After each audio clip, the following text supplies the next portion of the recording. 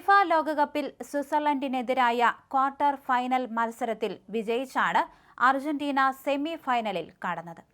സെമിയിൽ കരുത്തരായ ഇംഗ്ലണ്ടാണ് അർജന്റീനയുടെ എതിരാളികൾ. സ്വിറ്റ്സർലൻഡിനെതിരായ പോരാട്ടത്തിൽ കറുത്ത ആം ബാൻഡ് കയ്യിൽ ധരിച്ചാണ് അർജന്റീന കളിക്കാനിറങ്ങിയത്. ഇത് എന്തിനാണെന്ന സംശയം പലർക്കുമുണ്ടായിരുന്നു. അർജന്റീനയുടെ മുൻ ക്യാപ്റ്റൻ അന്റോണിയോ റത്തിന്റെ നിര്യാണത്തിൽ അനുശോചിച്ചാണ് കറുത്ത ആംബാൻഡ് ധരിച്ച് അർജന്റീന താരങ്ങൾ ലോകകപ്പിൽ സ്വിറ്റ്സർലൻഡിനെതിരെ മത്സരത്തിനിറങ്ങിയത്. ഇന്ന് നമുക്കെല്ലാം സുപരിചിതമായ നിയമമാണ് ഫൗൾ ചെയ്താൽ നൽകുന്ന മഞ്ഞ ചുവപ്പ് കാർഡുകൾ. ഈ കാർഡ് സിസ്റ്റത്തിന്റെ ജനനം ഒരു അർജന്റീനിയൻ കളിക്കാരനുമായി ബന്ധപ്പെട്ട് കിടക്കുന്നു. 1966 ലോകകപ്പിലെ അർജന്റീനിയൻ ക്യാപ്റ്റനായിരുന്ന അന്റോണിയോ റാറ്റി. അക്കാലത്തൊന്നും മഞ്ഞ ചുവപ്പ് കാർഡുകൾ ഉണ്ടായിരുന്നില്ല. റഫറിമാർ ആംഗ്യം വഴിയും വാക്കാൽ പറഞ്ഞുമാണ് താക്കീതും ശിക്ഷയുമൊക്കെ നൽകിയിരുന്നത്. 1966 ലോകകപ്പ് ക്വാർട്ടർ ഫൈനലിൽ അർജന്റീന ഇംഗ്ലണ്ടിനെ നേരിടുകയായിരുന്നു. കളിയിലെ ഒരു ഫൗളിനെ തുടർന്നുണ്ടായ തർക്കം മൂലം ജർമ്മൻ റഫറിയായ റൂഡോൾഫ് ക്രെയ്റ്റ്ലിൻ അർജന്റീനിയൻ ക്യാപ്റ്റൻ റാറ്റിനെ കളിയിൽ നിന്ന് പുറത്താക്കി. റാറ്റിനാകട്ടെ ഇംഗ്ലീഷോ ജർമ്മനോ അറിയുമായിരുന്നില്ല. റഫറിക്ക് തിരിച്ചും സ്പാനിഷും അറിയില്ല. ഭാഷ അറിയാത്തതിനാൽ റാറ്റിൻ എന്താണ് തർക്കിച്ചതെന്ന് മനസ്സിലാക്കുക പോലും ചെയ്യാതെയാണ് റഫറി അദ്ദേഹത്തെ പുറത്താക്കിയത്.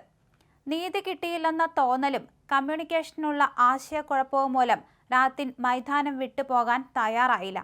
അയാൾ റഫറിയുമായി സംസാരിക്കുവാൻ ഒരു വിവർത്തകനെ ആവശ്യപ്പെട്ട് കളത്തിൽ പ്രതിഷേധിച്ചു. ഒടുവിൽ 10 മിനിറ്റോളം കഴിഞ്ഞ് പോലീസ് എത്തിയാണ് അദ്ദേഹത്തെ അവിടെ നിന്ന് നീക്കിയത്.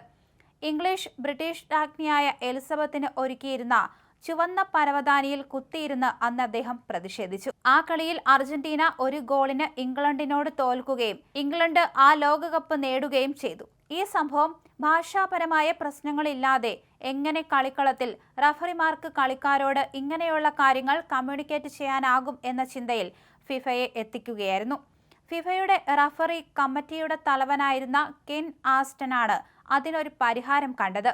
അന്ന് റോഡിൽ ഡ്രൈവ് ചെയ്യവേ ശ്രദ്ധിച്ച ട്രാഫിക് സിഗ്നലുകൾ കെന്നിന്റെ ചിന്തയെ ഉണർത്തി. താക്കീതുകൾക്ക് മഞ്ഞ, കടുത്ത കുറ്റങ്ങൾക്ക് ചുവപ്പ് എന്ന കാർഡ് സിസ്റ്റത്തിന്റെ ആശയം ആ റോഡിൽ വെച്ച് അദ്ദേഹത്തിന്റെ തലയിൽ ഉദിച്ചു. അത് കെൻ ഫിഫയ്ക്ക് മുന്നിൽ അവതരിപ്പിച്ച് അംഗീകാരം നേടി. അങ്ങനെ ബ്രസീൽ ജേതാക്കളായ 1970 ലോകകപ്പിൽ ആദ്യമായി മഞ്ഞ ചുവപ്പ് കാർഡുകൾ അവതരിപ്പിച്ചു. അന്നത്തെ വിവാദ നായകൻ അന്റോണിയോ റാറ്റിൻ കഴിഞ്ഞ ദിവസം തന്റെ 89-ാം വയസ്സിൽ അന്തരിച്ചിരുന്നു. അന്നത്തെ വിവാദ നായകൻ അന്റോണിയോ റാറ്റിൻ കഴിഞ്ഞ ദിവസം തന്റെ 89-ാം വയസ്സിൽ അന്തരിച്ചിരുന്നു. ഫുട്ബോളിലെ കാർഡ് നിയമങ്ങൾക്ക് കാരണക്കാരനായ അദ്ദേഹത്തിന്റെ സ്മരണാർത്ഥമാണ് അർജന്റീനിയൻ ടീം ഒന്നാകെ അന്ന് കറുത്ത ബാൻഡ് കെട്ടി കളിച്ചത്.